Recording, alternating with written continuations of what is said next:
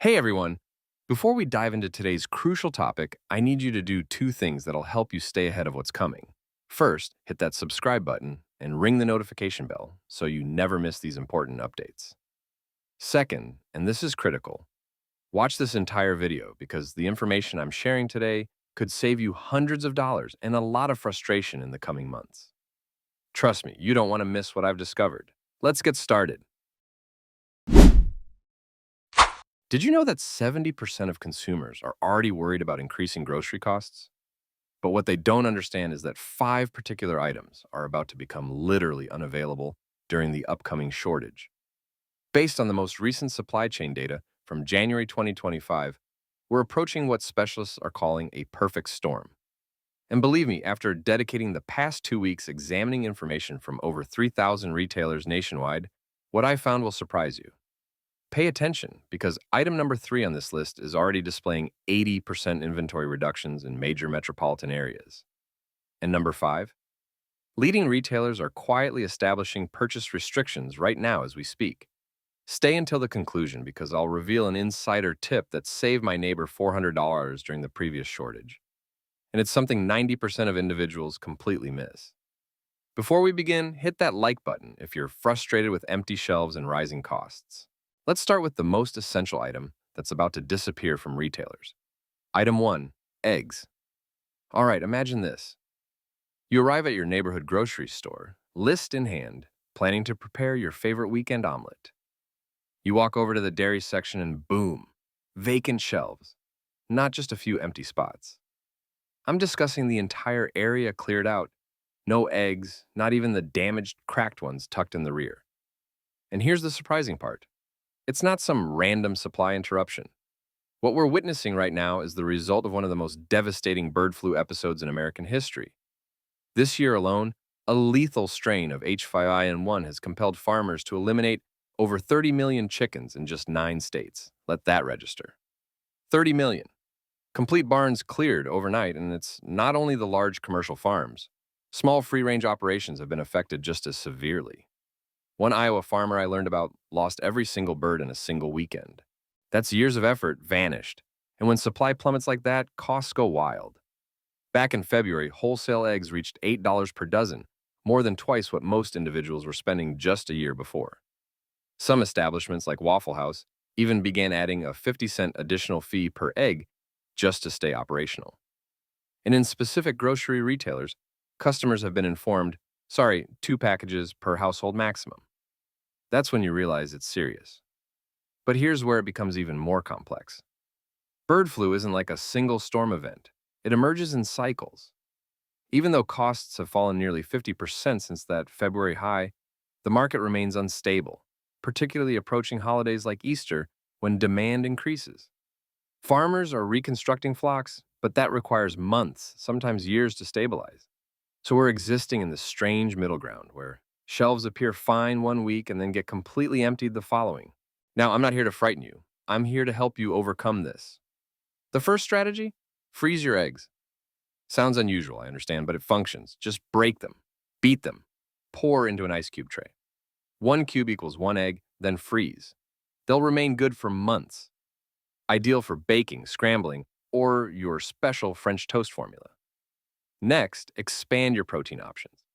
Stock up on canned tuna, beans, peanut butter, or even chickpea flour. It's amazing in baking and won't cost a fortune. These substitutes remain steady when the egg market becomes volatile. And finally, be tactical. Monitor egg costs at your local retailers and purchase a bit extra when they decrease. Currently, wholesale prices are staying around $3 per dozen, but that can shift quickly. If you have room in your refrigerator or freezer, plan ahead. You'll appreciate yourself later. The main point?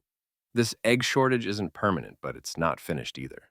Those who prepare now won't be the ones looking at empty shelves wondering what occurred. Believe me, future you will be extremely, extremely thankful. Item 2, imported seafood and fish. Now, let's discuss something that's going unnoticed by everyone. Imported seafood. And believe me, this one's about to impact your budget harder than a Category 5 storm. According to trading economics information I just examined, the U.S. imports an enormous amount of fish, shellfish, and squid from China's frozen seafood processing centers. Here's where it becomes insane. We're currently facing a 170% tariff on squid imports from China. 107. My connection at a major grocery chain informed me they're already witnessing 60% price jumps on frozen shrimp and scallops. And that's before the new trade regulations completely take effect. But here's the real shocking news that nobody's discussing. Nearly 45,000 pounds of frozen shrimp were just removed from shelves across the US due to safety issues. When I contacted 3 different grocery managers last week, all of them used the identical phrase, "It's unprecedented." Listen to this. The latest supply chain analysis shows that when imported seafood becomes limited, domestic costs increase by an average of 200%. We're discussing salmon rising from $12 per pound to $36 per pound almost immediately. Here's my cost-saving technique that I discovered from a professional chef. If you spot wild-caught frozen fish on sale for under $8 per pound, purchase it now and freeze it correctly. Use vacuum-sealed containers, and it'll remain good up to 8 months. I personally bought 15 pounds of frozen cod last month when it reached $6.99 per pound. That identical fish is now $12.99 at my local retailer. Quick reality assessment. Major restaurant chains are already quietly reformulating their seafood menu items to use more local options. When the major companies start changing direction, you understand what's approaching. Item 3. Premium cooking oils and specialty vinegars. Hold on to your shopping cart for this one. Premium cooking oils are about to become liquid treasure, and the warning indicators are everywhere, if you know where to search. Just last week, I found something that made my jaw drop. Chinese specialty products like Zhenjiang vinegar and roasted sesame paste are disappearing so rapidly that even restaurant chefs are panic purchasing. Get this. Portland importer Susie Kassem informed the New York Times she's overwhelmed with calls from desperate restaurant owners attempting to secure their final bottles of authentic Chinese vinegar. We're discussing a condiment that gives food its essence, and it's about to become more costly than premium wine. But here's what really amazed me. When I contacted 3 local Asian markets last Friday, all 3 managers told me the exact same thing. Our suppliers are already increasing prices weekly. Weekly, people. That's not normal market activity. That's panic situation. Let me describe what's really occurring behind the scenes. I spent an entire afternoon speaking with Maria, who operates a small Italian restaurant downtown, and she showed me her latest bill from her specialty oil supplier. Guys, authentic extra virgin olive oil from specific areas in Italy has increased from 18 per bottle to 31 in just 2 months. That's a 70% jump. She literally had tears in her eyes showing me these figures because it's forcing her to either sacrifice quality or increase menu costs by 40%. But here's the real surprise that most home cooks don't understand. With new tariff regulations affecting Chinese imports, these specialty oils and vinegars could experience price increases of up to 3%. Consider it. That $15 bottle of sesame oil you grab without thinking, it could reach $45 by spring. And that Jiang black vinegar that makes your dumpling sauce absolutely perfect, I spotted it priced at $23 yesterday at an upscale grocery retailer. 6 months ago, the same bottle was $8. Now, let me share something fascinating that I discovered while researching this story. You know how everyone always discusses olive oil shortages? Well, it turns out the real crisis is affecting the oils nobody considers. I've been monitoring this trend for months, and here's what the information reveals. Avocado oil and sesame products are the first to vanish because they're imported from regions now facing the highest tariffs. Mexico provides most of our avocado oil. And guess what? That 25% tariff is about to make your favorite cooking oil a luxury product. But wait, there's more to this story that'll make you reconsider your entire pantry approach. Last month, I interviewed Chef Rodriguez, who manages the kitchen at a high-end steakhouse, and he told me something that changed my entire perspective. He said, the oils aren't just becoming expensive, they're becoming inconsistent. What he meant was that suppliers are combining different sources to maintain costs down. So that bottle of pure avocado oil might actually be mixed with cheaper oils. The quality control is breaking down because everyone's rushing to meet demand at reasonable costs. Here's where it becomes really interesting, and this is something most food bloggers won't tell you because they don't want to appear alarmist. During my research, I discovered that specialty vinegar production is actually more susceptible than oil production. Why? Because authentic vinegars like balsamic from Medina or black vinegar from Chiang require years to age correctly. You can't just increase production when demand rises. When current supplies run out, we're facing literal years before quality replacements reach the market. And speaking of replacement, let me tell you about the substitution game that's already beginning. I was at my local Whole Foods last weekend and I noticed something strange. They had three different brands of balsamic vinegar in the same price category, but only one was actually from Italy. The other two were domestic imitations that, let's be honest, taste like sweet and sour sauce compared to the genuine thing. The store manager, who I've gotten to know quite well, quietly informed me that customers aren't even noticing the switch because they're just happy to find something on the shelf. Here's my secret strategy that saved me hundreds. I purchase smaller bottles instead of those massive containers everyone thinks are better deals. Why? Because once you open oil, it begins degrading from air exposure. I'd rather pay slightly more per ounce and have fresh oil than save money on a giant container that goes rancid. Plus, here's something cool I learned from a master chef. Smaller bottles allow you to experiment with different varieties without committing to huge quantities. I now maintain 6 different oils in rotation: avocado for high heat cooking, olive for finishing, sesame for Asian dishes, walnut for salads, coconut for baking, and sunflower for everyday frying. But here's the game changing tip that most people completely miss: timing your purchases. I've discovered that specialty food stores do their major restocking on Tuesday mornings. Why Tuesday? Because most restaurants place their weekly orders on Mondays, so suppliers ship Tuesday for Wednesday delivery.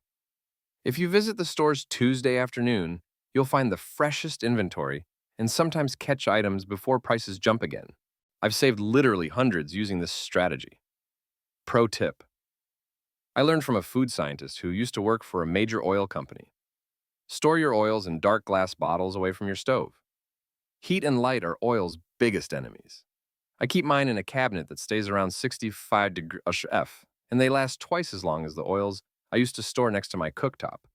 But here's the advanced technique. If you buy oil in plastic bottles, immediately transfer them to dark glass containers with tight seals. The plastic actually allows air to seep through over time, which is why those cheap plastic bottles of oil go rancid so quickly. And here's something that'll amaze you. I started making my own flavored oils and vinegars, using the base products before they become too expensive. Take a neutral oil like sunflower. Add some garlic, herbs, or chili flakes. Let it infuse for a week and boom, you've got gourmet flavored oil for a fraction of the cost. Same with vinegars. Buy a good quality base white or red wine vinegar. Add fruits, herbs, or spices and create your own signature blends.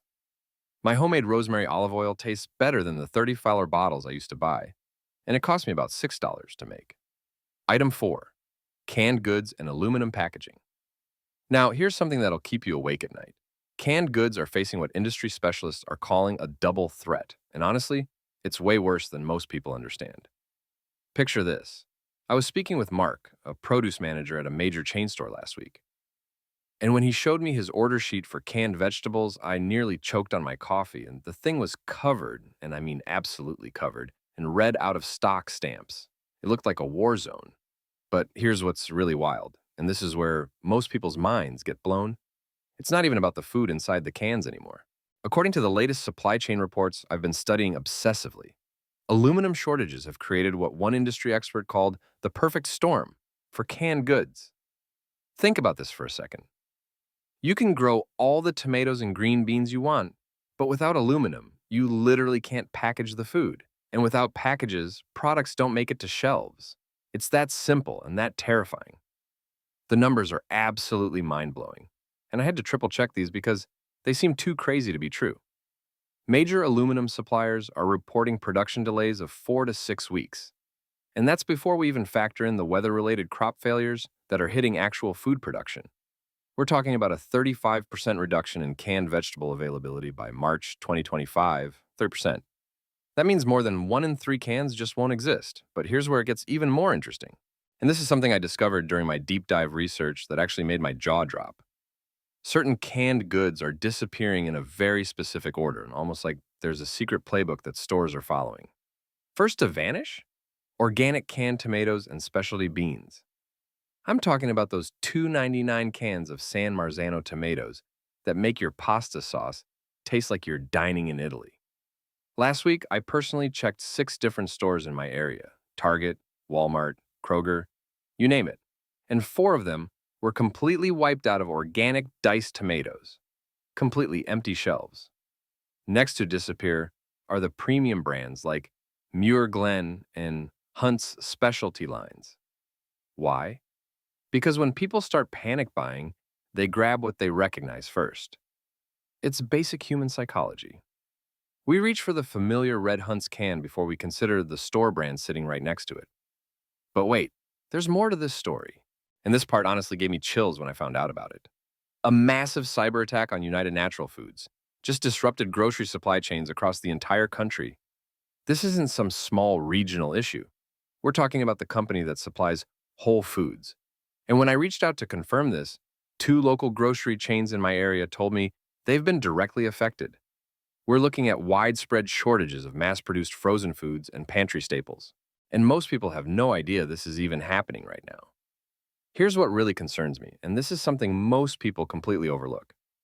The aluminum industry is also being hammered by rising energy costs. Aluminum production is incredibly energy intensive, and with fuel prices affecting everything from electricity to transportation, the cost to produce these cans has jumped by nearly 40% since last year. Guess who's paying for that? You and me at the checkout line. And here's a crazy detail that most people don't think about. Aluminum cans aren't just used for vegetables and soups. We're talking about everything from cat food to coffee to energy drinks. When aluminum gets scarce, it creates this domino effect where companies have to choose which products get priority packaging. Spoiler alert, your favorite brand of diced tomatoes isn't winning that battle against Coca-Cola. But here's my insider tip that most people completely miss. And this could save you serious money and frustration. When canned dog goods start disappearing, focus on store brands first. And I mean immediately. Why?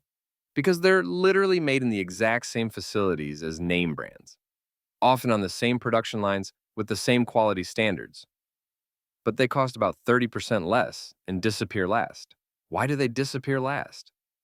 Because while everyone's fighting over the Campbell soup, the great value version is sitting right there, untouched, for half the price. I learned this lesson the hard way during the last shortage when I watched people literally argue over the last can of Hunt's diced tomatoes while ignoring the identical Walmart brand version that was $1.20 cheaper. Don't be that person. Here's another hack I discovered that could save you hundreds of dollars. Always check the production date on canned goods, not just the expiration date. This is something 90% of shoppers never even think to look for. Fresh cans, ones produced in the last 6 months, will last you 3 to 4 years when stored properly in a cool, dry place. That gives you the absolute best value for your emergency stockpile. It means you're not throwing away money on cans that are already halfway through their shelf life. And here's a pro tip from a food storage expert I interviewed last month. Rotate your stock like grocery stores do. New cans go to the back, older ones move to the front. Use a simple system like writing the purchase date on top with a Sharpie. This simple trick ensures you're always using the oldest cans first and never waste money on expired food. Quick storage reality check that could save you from disaster. Keep your canned goods between 50 to 70 degrees if possible. I made the mistake of storing cans in my garage one summer, and the heat made them expand and some even popped. Don't store them directly on concrete floors either. Use wooden shelves or pallets to keep them off the ground and away from moisture. Item 5. Fresh berries and specialty produce. All right, buckle up because this one's going to completely change how you look at the produce section. Fresh berries and specialty produce are about to become the luxury items of 2025. And honestly, what I discovered during my deep dive research left me speechless. Last weekend, I hit up my local stores for my weekly grocery run and literally laughed out loud. $7.99 per pound for strawberries at Walmart, $8.49 at Kroger. Whole Foods didn't even have any. But that hollow laugh quickly turned into genuine concern when I realized this isn't just seasonal pricing. This is the new reality. But here's the devastating part that most people don't know. And trust me, I wish I was making this up. California and Florida, which supply a mind-blowing 99% of our winter berries, just got absolutely demolished by what farmers are calling the worst frost event in 30 years. Picture this. You're a strawberry farmer in California. You've invested your entire livelihood into these crops, and then Mother Nature decides to drop temperatures to 27 degrees F in key growing regions. The damage? A staggering 40% of berry crops literally frozen solid on the vine. I'm talking millions of strawberries, blueberries, and raspberries that turned into expensive ice cubes overnight. Then there's Florida's weather drama that reads like something out of a science fiction movie. They had this bizarre warm spell in December, hitting 80 degrees F. And I mean, people were wearing shorts on Christmas Day, which completely confused the berry plants into thinking spring had arrived early. So what did the plants do? They started blooming like crazy, pushing out all their delicate flowers weeks ahead of schedule. Then boom, January hit like a freight train with temperatures plummeting and those premature blooms absolutely toast, gone, frozen solid. We're looking at a 60% reduction in Florida's usual winter berry output. And that's being conservative. But wait, it gets even more insane. And this is where my inner investigative journalist got really excited. I just spent 3 hours going through the latest transportation reports, and what I found is absolutely mind-blowing. We're seeing a 23% spike in shipping costs since November alone. Here's the kicker, though. It's not just inflation. New emission regulations that kicked in this January are literally forcing 30% of smaller transport companies to make an impossible choice. Either spend hundreds of thousands upgrading their fleets to meet new standards, or cut back on long-haul routes entirely. Guess which option most are choosing? Here's what really hit home for me. And this story still gives me chills. I talked to Mike, a truck driver who's been hauling produce for over 50 years. And he told me something that should terrify every grocery shopper. He said truckers are straight up refusing loads now because the refrigeration costs combined with the longer routes due to equipment shortages are literally eating into their profits so badly that they're losing money on every trip. Think about that for a second. We have perfectly good berries sitting in warehouses in California and Florida, but nobody wants to transport them because it's financially impossible. It's like having a Ferrari in your garage, but no gas to drive it. The ripple effects are already spreading like wildfire through the entire produce industry.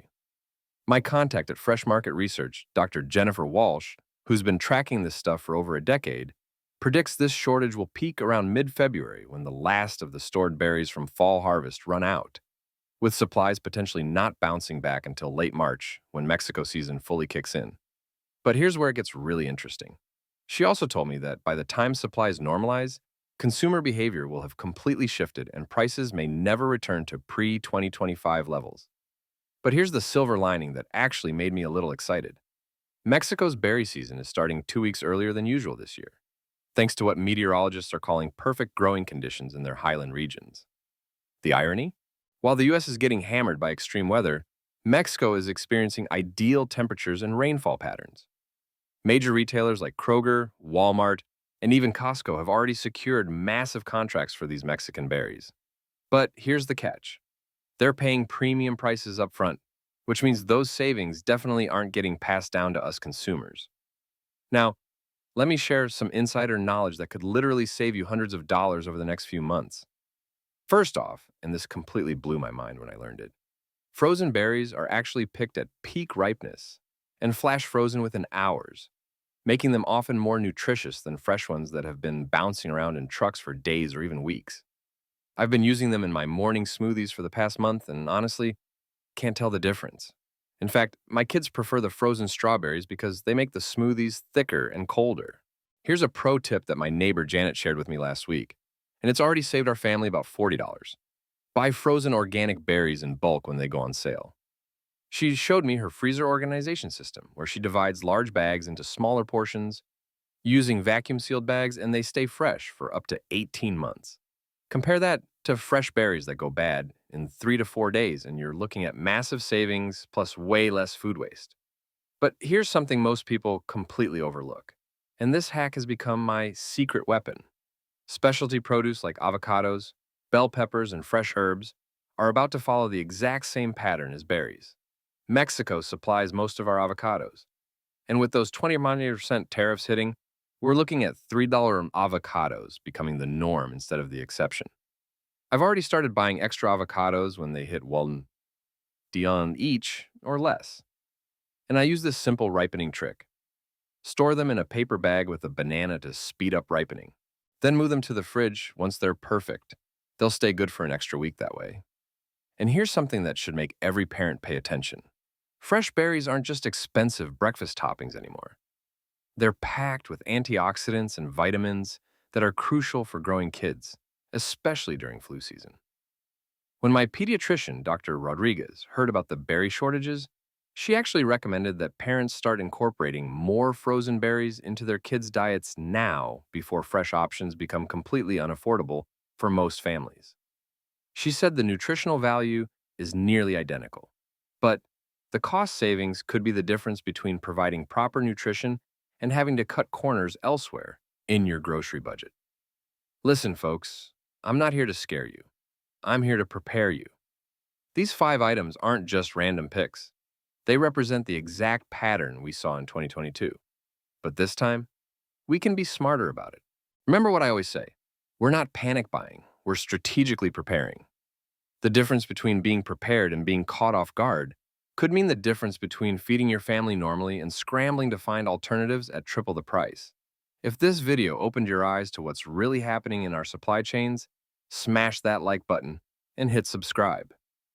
Next week, I'm diving deep into the 3 grocery store secrets that could save you over $200 per month, even during shortages. Drop a comment and let me know which of these 5 items are you going to focus on first. I personally started with specialty oils because priorities, right? Remember, stay prepared, stay smart, and I'll see you in the next one.